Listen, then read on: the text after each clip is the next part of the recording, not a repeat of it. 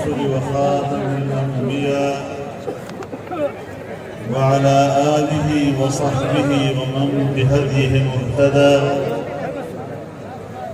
أما بعد فأعوذ بالله من الشيطان الرجيم. بسم الله الرحمن الرحيم.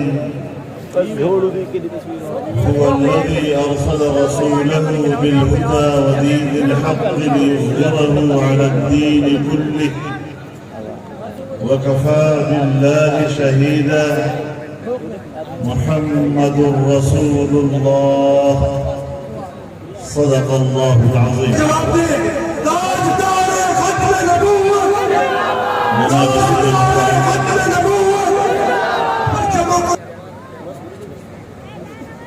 خانواد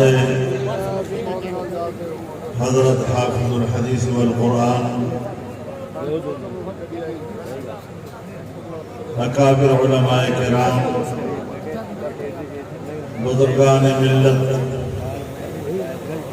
میرے دوستوں اور بھائیوں، ایک طویل عرصے کے بعد یہاں خانپور میں اس عظیم الشان کانفرنس سے خطاب کرنے کا موقع مل رہا ہے. آپ حضرات کے ساتھ ملاقات کی سعادت حاصل ہو رہی ہے اور یہ اجتماع اس اعتبار سے نہایت ہی مبارک اجتماع ہے کہ ایک تو حضرت الشیخ حضرت درخواستِ رحمہ اللہ کی یاد میں منعقد کیا جا رہا ہے، اور پھر جناب رسول اللہ صلی اللہ علیہ وسلم کی ختم نبوت کے عنوان سے اس کا انعقاد ہو رہا ہے.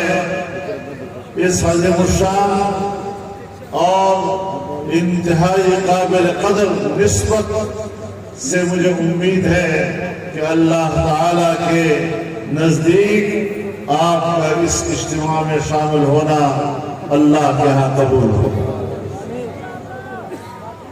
میرے محترم دوستوں، کیا وجہ ہے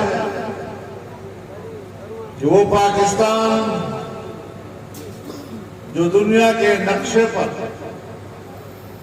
ایک اسلامی ریاست کی صورت میں وجود میں آیا، لیکن آج بھی عقیدہ ختم نبوت کے تحفظ کے لیے علماء کرام کو، مذہبی طبقے کو عقیدہ ختم نبوت کے قلعے کی چوکیداری کرنی پڑ رہی ہے، اور اس کے تحفظ کے لیے ہم وقت انہیں چاق و چوبند رہنا پڑتا ہے. جس پاکستان میں عقیدہ ختم نبوت محفوظ نہیں اور ہر چند کے آئین پاکستان نے قادیانیوں کو غیر مسلم اقلیت قرار دے دیا ہے، انہیں دیگر اقلیتوں کی فہرست میں شمار کرتا ہے، پھر وہ کون لوگ ہیں جو اس طبقے کو پشت پناہی مہیا کر رہے ہیں، انہیں تحفظ فراہم کر رہے ہیں؟ میں زیادہ نہیں کہنا چاہتا، لیکن میں ان قوتوں کو اس اجتماع سے پیغام دینا چاہتا ہوں کہ ہماری زندگی میں انشاءاللہ العزیز تم ان غیر مسلموں کو، اس اقلیت کو، قادیانی اقلیت کو دوبارہ مسلمانوں کے صف میں شامل نہیں کر سکو گے.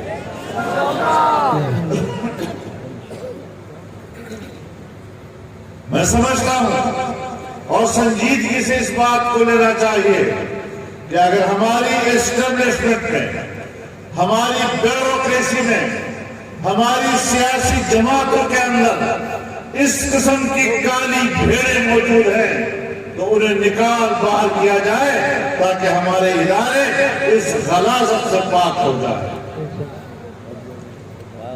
میرے محترم دوستو،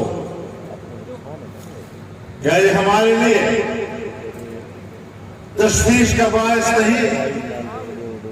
کیا یہ عام مسلمان کے لیے اضطراب کا باعث نہیں کہ وہ پاکستان جسے 70 سال پہلے، 74 سال پہلے لا الہ الا اللہ کے نعرے کے ساتھ حاصل کیا گیا تھا، ہم نے 74 سال لا الہ الا اللہ کے مقدس کلمے کے ساتھ مذاق کیا ہے، اور پھر بھی سمجھتے ہیں کہ پاکستان میں یہ پاکستانی کوئی خیر کا دن دیکھ سکیں گے۔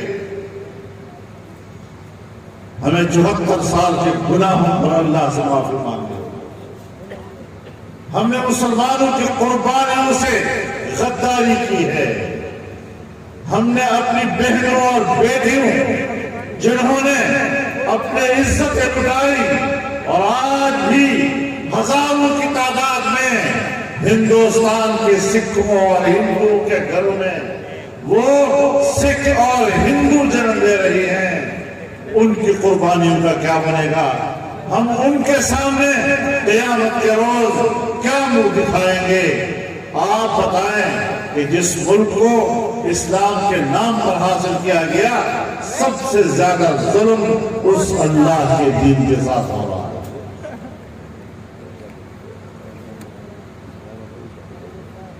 کیا ہمارا سوال نہیں بنتا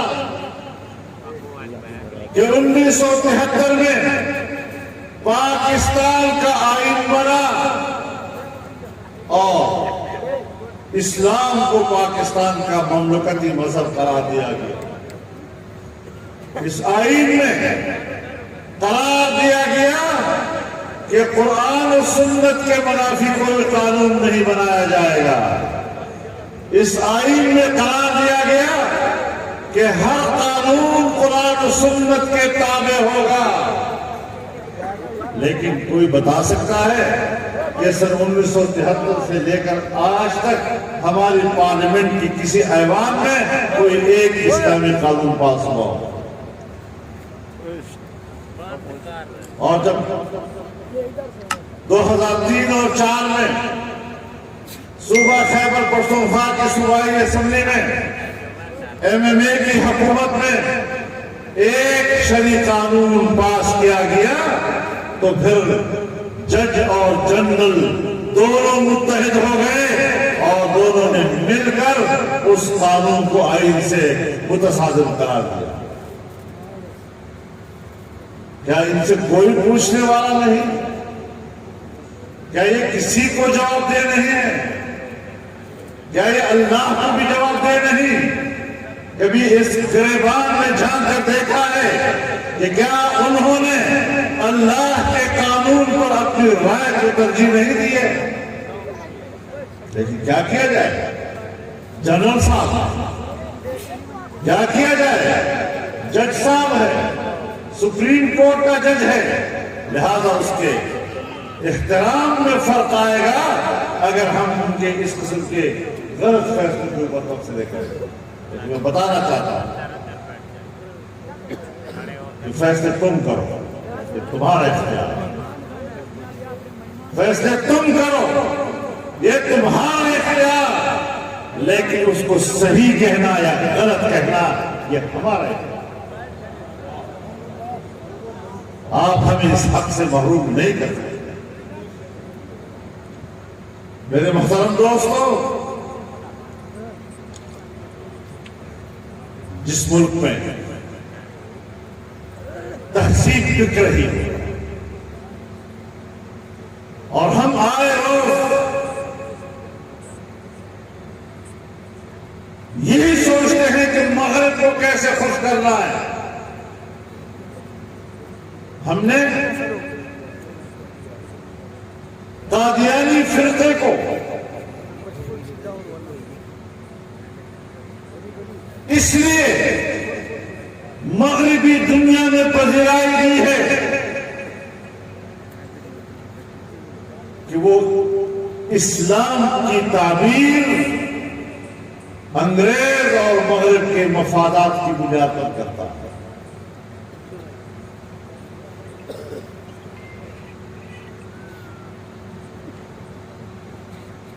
جب ختم نبوت کا انکار آ جائے اور پھر اس نئے فلسفے کے اندر جہاد کا انکار آ جائے، ان دو چیزوں کا انکار دین کا انکار ہے، پھر دین کا مسئلہ ختم ہو جاتا ہے۔ آج ہماری مغربی دنیا ایسے دانشوروں کی تشریحات اور تعبیرات کو قبول کرتی ہے جو ان کی تہذیب کو بالادستی دے، ان کے نظام کو بالادستی دے۔ ہمارے ملکوں میں ایسے لوگ رہتے ہیں بظاہر بڑے دانشور، کتاب کی عبارت بہت پڑھتے ہیں، عربی عبارت نہ پڑھ سکنے والے، چونکہ ٹیلی ویژن پر زیادہ آتے ہیں تو پھر وہ اسکالر بن جاتے ہیں اور ایسی تعبیرات کرتے ہیں کہ جو مغرب کے لیے قابل قبول ہو جائے۔ لیکن اللہ رب العزت نے آپ کو اور ہمیں بتا دیا ہے، یا ایھا الذین آمنوا ان تطیعوا الذین کفروا یردوکم علی اعقابکم فتنقلبوا خاسرین۔ اگر تم ان لوگوں کی خواہشات کے پیچھے جاؤ گے، ان کی ترجیحات کو قبول کرو گے، ان کی تہذیب کے پیچھے جاؤ گے، وہ تمہیں پسپائی کی طرف دھکیل دیں گے اور پھر تمہارا انجام سوائے خسارے کے اور کچھ نہیں۔ ہم آج اس دور میں زندگی گزار رہے ہیں اور جس کا مذہب اس زمانے میں ہمارے حکمران اور طاقتور طبقہ ہے، جو نظام پر مسلط ہے، بظاہر وہ ہمارے حاکم لیکن دنیا کے غلام ہیں۔ وہی لوگ ہیں جن کے بارے میں جناب رسول اللہ صلی اللہ علیہ وسلم نے فرمایا، لَتَتَّبِعُنَّ سُنَنَ مَنْ قَبْلَكُمْ شِبْرًا بِشِبْرٍ وَذِرَاعًا بِذِرَاعٍ حَتَّى لَوْ دَخَلُوا جُحْرَ ضَبٍّ لَدَخَلُوهُ، وفي رواية حتى سلكوا في جحر ضب سلكوه۔ قالوا يا رسول الله اليهود والنصارى؟ قال تمام۔ جناب نبی کریم علیہ السلام نے فرمایا، ایک زمانہ آئے گا جب تم قدم قدم بارش بارش پچھلی امتوں کے پیروی کرتے نظر آؤ گے، یہاں تک کہ اگر وہ گوہ کے غار میں گھسنے لگے تو تم وہاں بھی ان کے پیچھے گھسنے لگے۔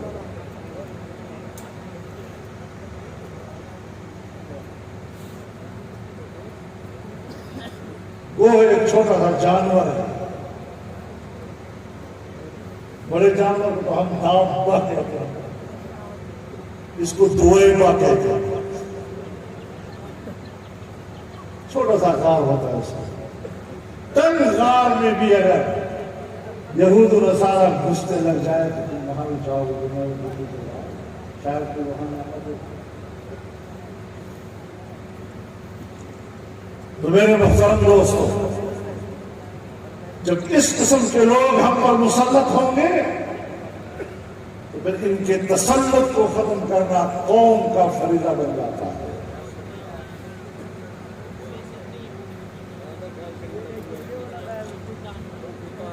ہمارے ملک میں ایک نظام موجود ہے،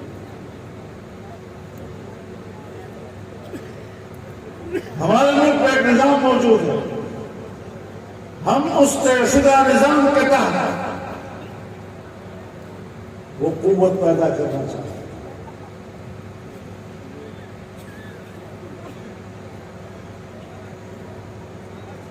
میں ایک دفعہ پنجاب کے ایک شہر میں صحافیوں سے بات کر رہا تھا۔ ایک صحافی مجھ سے پوچھتا ہے، مولانا صاحب آپ نے اسلام کے لیے کیا کیا ہے اسمبلیوں میں؟ تو میں نے اسے پوچھا کہ آپ نے ہمیں کتنا ووٹ دیا ہے اسمبلیوں کے لیے؟ ہم تو پارلیمانی سیاست کرتے ہیں، پارلیمانی قوت سے بات کرتے ہیں۔ اگر آپ نے پارلیمنٹ میں ہمیں ایک سیٹ نہیں دینی،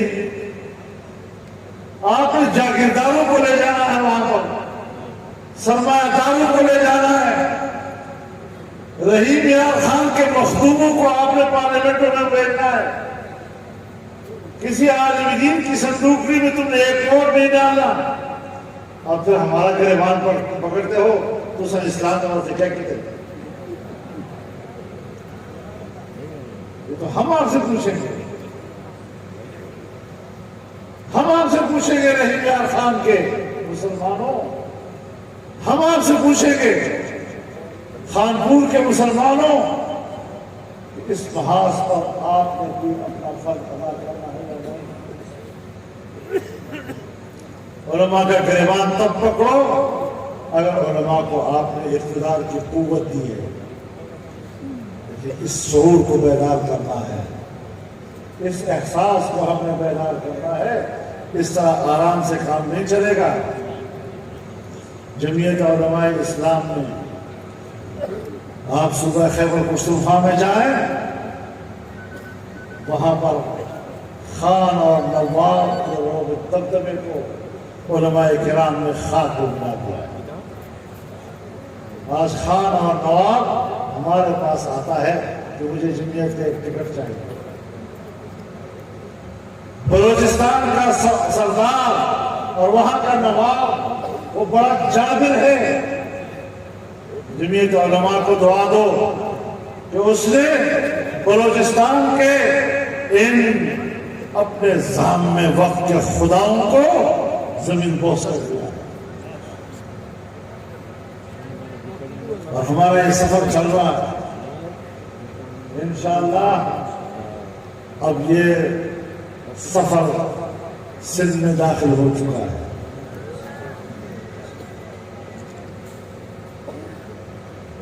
اور سندھ آنے والے مستقبل میں جمعیت علماء کا منتظر ہے، لیکن مجھے امید یہ ہے کہ اگر پنجاب میں یہ نظریہ داخل ہوگا تو جنوبی پنجاب سے ہی داخل ہوگا انشاءاللہ۔ ہمت کریں، جس طرح کے حکمران آج آپ پر مسلط ہیں، ان کے ایجنڈا یہی ہے کہ ناموس رسالت کا قانون ختم کریں۔ ان کا ایجنڈا یہی ہے کہ ختم نبوت کے شک کو آئین سے نکالیں، لیکن اس اجتماع کی وساطت سے میں قوم کو مبارکباد دینا چاہتا ہوں کہ ایسے حکمرانوں کے ان ناپاک عزائم کو ہم نے ناکام بنا دیا ہے، اور انشاءاللہ اب ان میں یہ قوت نہیں ہے کہ ایسی جرأت کر سکے۔ نعرہ تکبیر، زندہ ہے جمعیت، مفتی کی جمعیت، درخواستی کی جمعیت، قائد کی شکل میں جمعیت، قائد جمعیت مولانا فضل الرحمان، جن کے ایجنڈے بڑے خطرناک تھے، لیکن الحمدللہ ہم نے ناکام بنایا۔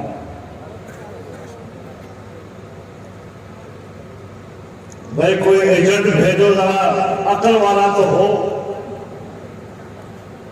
امریکہ صاحب، برطانیہ، یورپ، اپنا ایجنٹ بھیجو، کوئی عقل والا تو بھیجو۔ نااہل نالائق لوگ ہمارے ملک پر حکمران بن جاتے ہیں، اور جتنا نالائق ہماری اسٹیبلشمنٹ کہیں پر یہ اثر کم ہے وہ قدر لے بندہ اس قسم کی مخلوق ان کو چاہیے. آج ملک کا بیڑا غرق کر دیا. آپ جائیں انڈیا میں, آپ جائیں بنگلہ دیش میں, آپ جائیں انڈونیشیا اور ملائیشیا میں, آپ جائیں چائنا میں, آپ جائیں ایران میں, خلیجی ممالک میں, ان کی سالانہ ترقی کا شرح نمو کیا ہے؟ کتنے فیصد ترقی کرتے ہیں؟ کوئی 6%, کوئی 7%, کوئی 8%. اور جب سے یہ آیا ہے پاکستان کی معیشت کا سالانہ ترقی کا تخمینہ وہ 0 سے بھی نہیں کرا. ملک کی معیشت جمود کا شکار ہے. اور آج پاکستان کی جانی کابینہ نے اس بات کی منظوری بھی دے دی ہے کہ پاکستان کے اسٹیٹ بینک کو IMF کے ساتھ براہ راست وابستہ کر دیا جائے تاکہ پاکستان کا یہ قومی مالیاتی ادارہ اس کا اپنا اختیار ختم ہو جائے اور کوئی پاکستانی اس کے کردار پر تنقید نہیں کر سکے گا. ہمیں بیرونی مالیاتی اداروں کو غلام بنا دیا.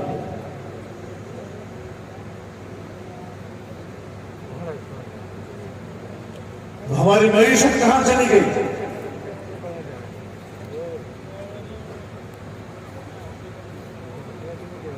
اور مہنگائی نے کیا حشر کر دیا. عام آدمی کو بے بس کر کے رکھ دیا. آج لوگ خودکشیاں کرتے ہیں, اپنے بچوں کو گھر میں ذبح کر کے ماں باپ خودکشی کر لیتے ہیں کہ اپنے اولاد کی بھوک ان سے دیکھی نہیں جاتی. پڑوسیوں سے بھیک مانگنے پر لوگ مجبور ہیں. پارلیمنٹ کے سامنے ماں باپ اپنے بچوں کو لا کر برائے فروخت وہاں بٹھا دیا. بچوں کو بیچنے کے لیے لوگ تیار ہو گئے. یہ اسلامی ریاست ہے؟ اسلامی ریاست کا تصور یہ ہے؟ ہم جو افریقہ کو تانے دیا کرتے تھے اور جب افریقہ کا تصور آتا تھا تو فقیر فقراء غریب غرباء کا تصور آتا تھا. آج ہم ان ممالک سے بھی نیچے چلے گئے.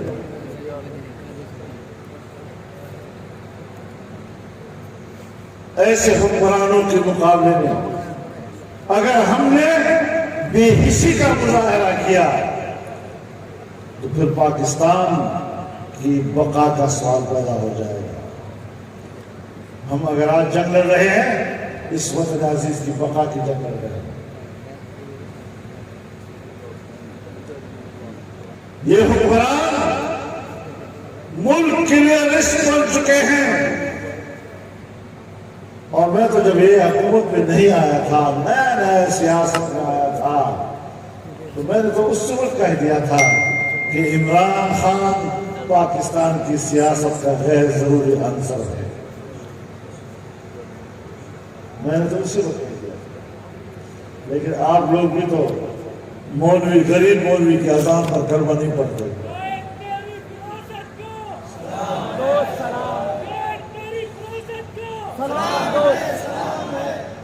میں نے اسی وقت کہا تھا یہ یہودی ایجنٹ ہے.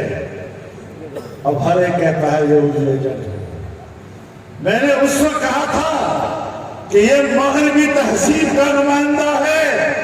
آج ہر ایک سمجھ گیا ہے کہ مغربی تہذیب کا نمائندہ ہے. مجھے یاد ہے جب 2013 میں صوبہ خیبر پختونخوا میں ان کی صوبائی حکومت بنی تھی تو انہی کے لوگ میرے پاس آئے تھے اور کہا جی آپ ان کے ساتھ جنگ لڑنے کی بجائے مفاہمت کا راستہ اختیار کریں۔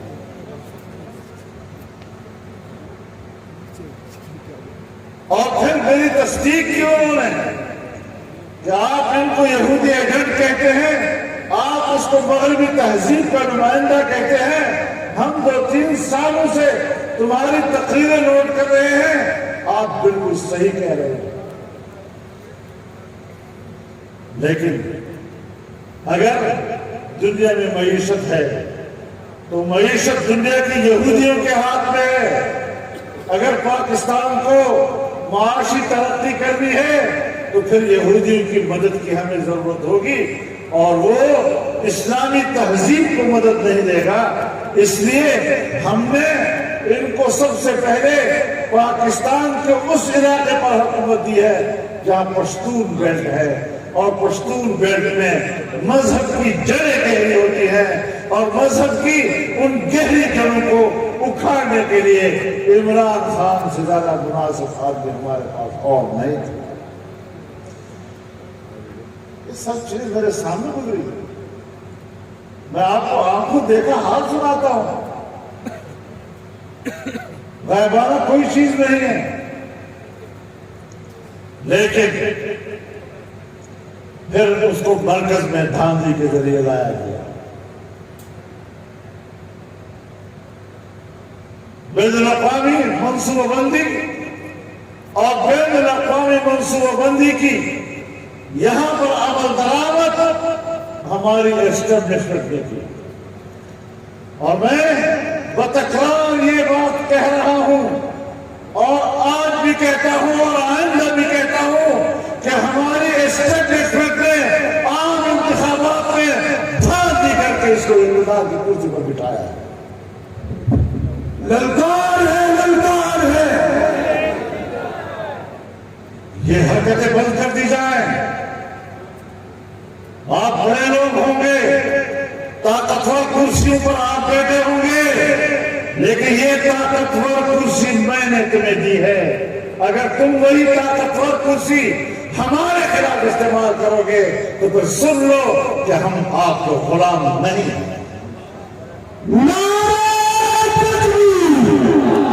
یہ ملک بنا تھا اسلامی، یہ ملک بنا تھا، یہ ملک رہے گا۔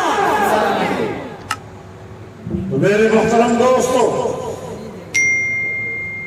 ناجائز حکمرانی، دھاندلی کی بنیاد پر حکمرانی، میں آپ کو بتا دوں کچھ پارٹیاں ہیں کہ جو بعد میں ان کی حکومت میں شامل ہوئی، لیکن الیکشن کے بعد ہمارے پہلے اجلاس میں ہمارے ساتھ وہ بھی بیٹھی تھی، اور ان کا بھی اس پہ اتفاق تھا کہ یہ دھاندلی سے آیا۔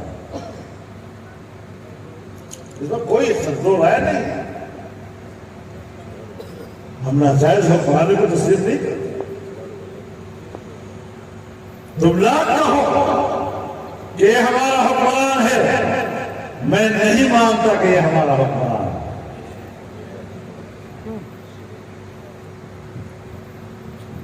وہ لاکھ دفعہ کہے کہ میں یزید ہوں، میں لاکھ دفعہ کہوں گا کہ میں حسین ہوں، اور تمہارے ہاتھ پر بیعت نہیں کروں۔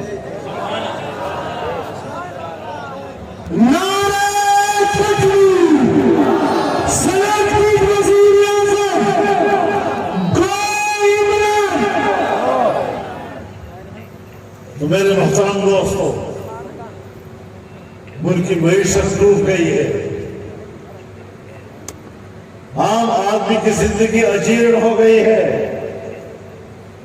اساتذہ رو رہے ہیں، کسان رو رہا ہے، مزدور رو رہا ہے، ڈاکٹر رو رہے ہیں، وکیل احتجاج پر ہے، دکاندار احتجاج پر ہے۔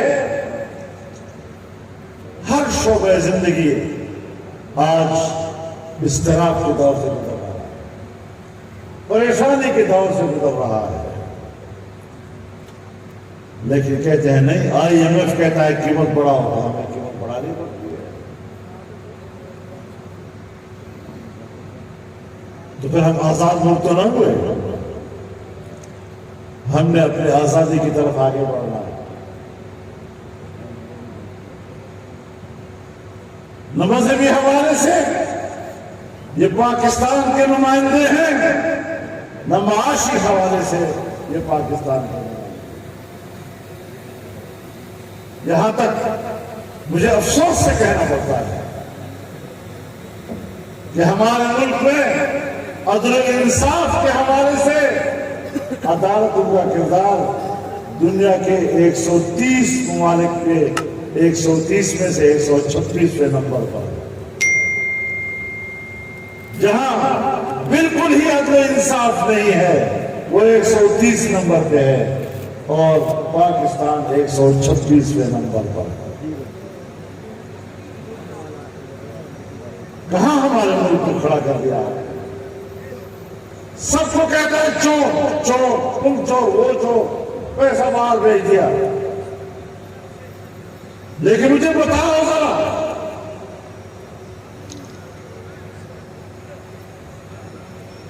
کہ تمہاری بہن کے پاس جو کہتی ہے کہ میں سلائی مشین چلا کر روزی کماتی ہوں، اس کے پاس اربوں کا بینک بیلنس کہاں سے آ گیا ہے؟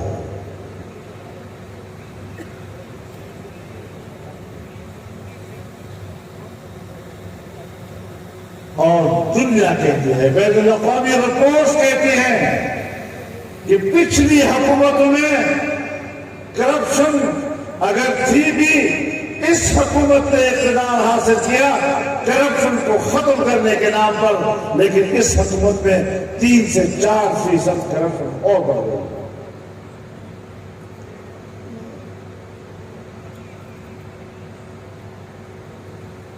چوری کا گھر بھی تم، کرپشن کا گھر بھی تم، معیشت کی ہلاکت بھی تمہاری وجہ سے، عدالتیں بھی آپ کی حکومت میں متاثر. وجہ کیا ہے؟